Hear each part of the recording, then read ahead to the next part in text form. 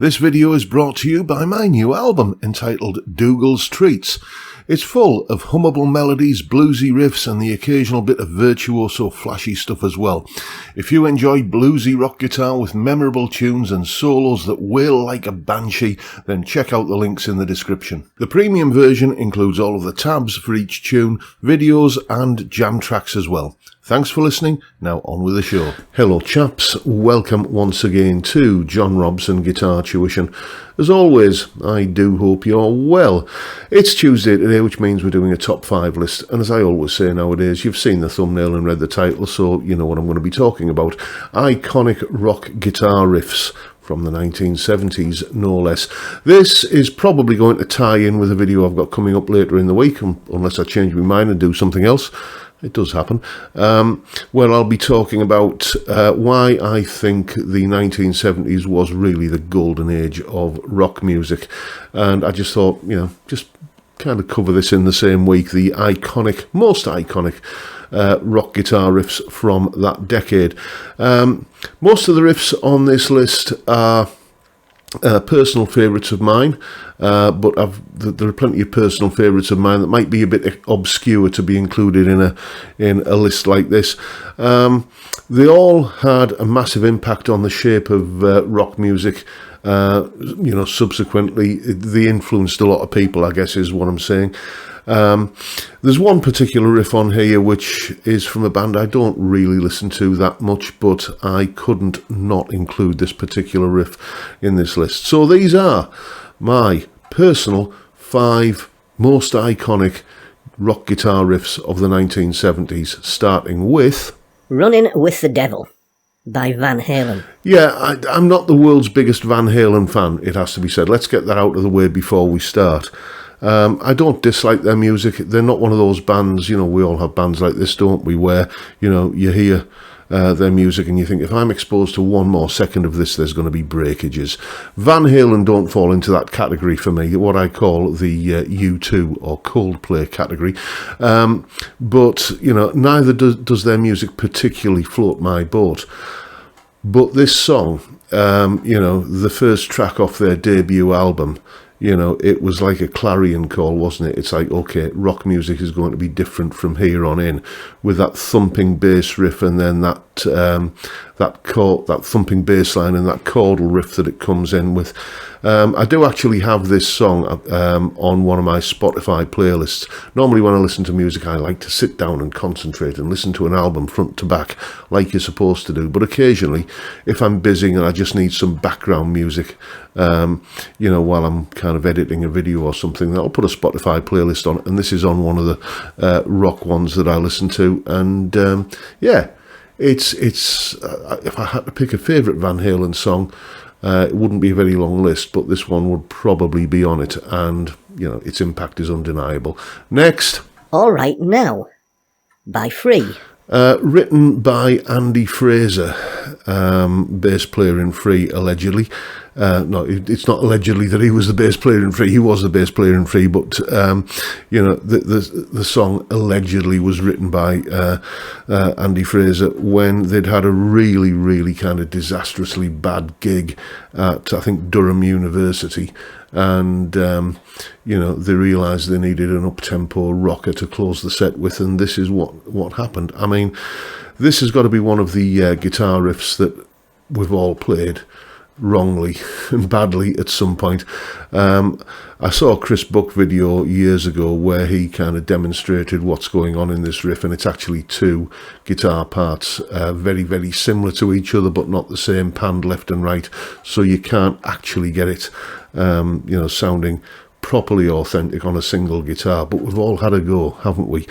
And I think there's a direct line you can draw between this riff certainly and Keep on Rockin' Me Baby by, was it Steve Miller Band, and even things like Hammer to Fall by Queen, and although it's in a different key and a different tuning, I think you can hear this riff's influence on something like Rocky Mountain Way by Joe Walsh. Yeah, it's also one of those songs that any band that has a set to get prepared quickly, You know, it's always, well, shall we just throw All Right Now in? It's a crowd pleaser and it takes no learning or rehearsal. But dearie me, the singer has to bring his A game because, you know, if you can't sing like Paul Rodgers, forget it. But anyway, fantastic riff. Everybody knows it. It's one of the ones that'll get you banned from a guitar shop. So maybe that's what I should call this video. Riffs that'll get you banned from a guitar shop. But yeah, had to be on the list. Next. Paranoid by Black Sabbath. An unusual riff, this one. Unusual in that usually if you've got a good, catchy, hooky riff that kind of really grabs the listener by the ear, you know, it occurs frequently throughout the song. Yeah, this one doesn't. It's there at the beginning and you never hear it again.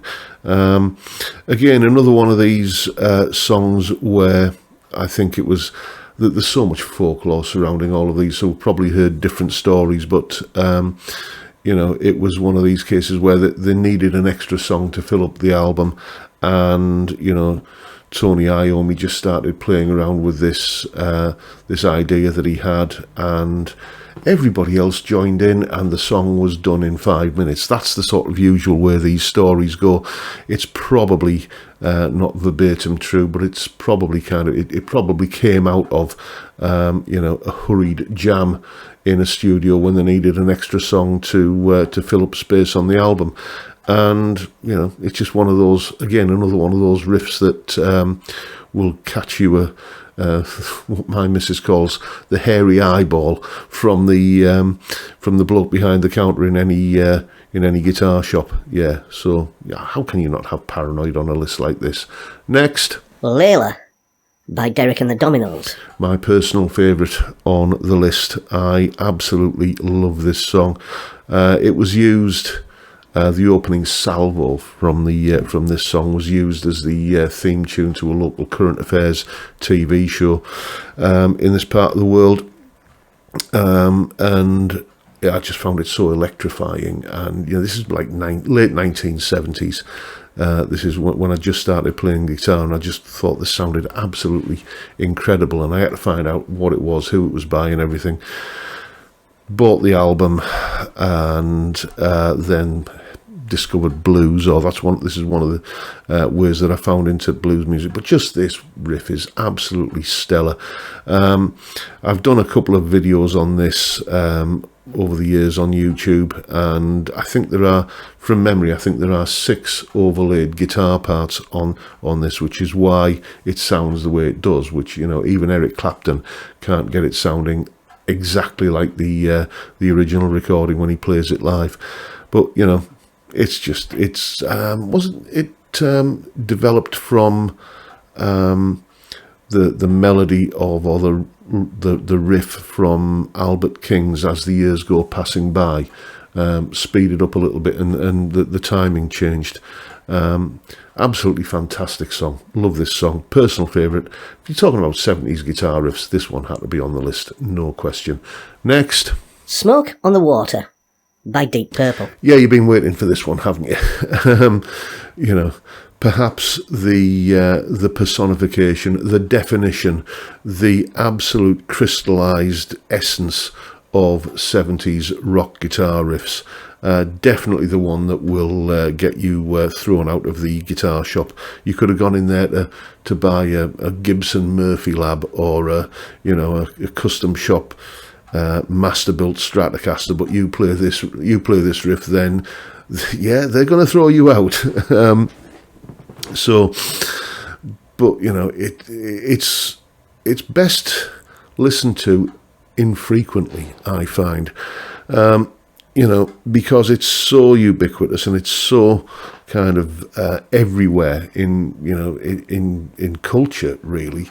This riff, that it can wear very, very thin, you know, by overexposure to it. But if you haven't listened to Smoke on the Water in, you know, 6 months or so, because yeah, I never need to hear that again, well, go back and listen to it, and you'll be, you know, surprised just how fresh it sounds. This is from personal experience. As I was putting this list together, I thought, I better go and listen to them all. I hadn't listened to Smoke on the Water and I don't know how long, but I listened to it and it just sounded so dynamic and fresh and exciting. So that's just my take on it anyway. So if you haven't listened to it in a while, go and listen to it again and imagine you're hearing it for the first time, back in, when was it, 1970, whenever it was, whatever year Machine Head came out. And it's just got everything that you need in a classic rock guitar riff. And there you go. Those are my 5 most iconic rock guitar riffs of the 1970s. I'm sure you have some thoughts on my list, and you probably have a list of your own as well. Well, you know what to do with that. Down in the comments, vent your spleen down there and tell me how correct I am, or how much of a blithering idiot I am for talking such rubbish for the past however long I've been blethering away, 15 minutes or thereabouts. Just let me know what you think and give me your own list down there. But that is the video for today, folks. I hope you've found it entertaining in some small way. Sorry I haven't been able to play the riffs, but copyright wumbles are a thing that we have to worry about. But if you've enjoyed the video, please hit the subscribe button and the notification bell if you haven't already done so, and why not drop me a like as well while you're at it. Don't forget the live stream every Friday, 5 PM UK time. Beer and chat on a Friday. That's all we do, and it's all we need to do. It's a great way to kick off the weekend, and I'd love to see you there if you can make it. But for now, I'll bid you all a good day and say thank you so much for watching. Thank you for your time. Look after yourselves, folks. Stay well, stay safe, and above all, stay sane. Bye for now.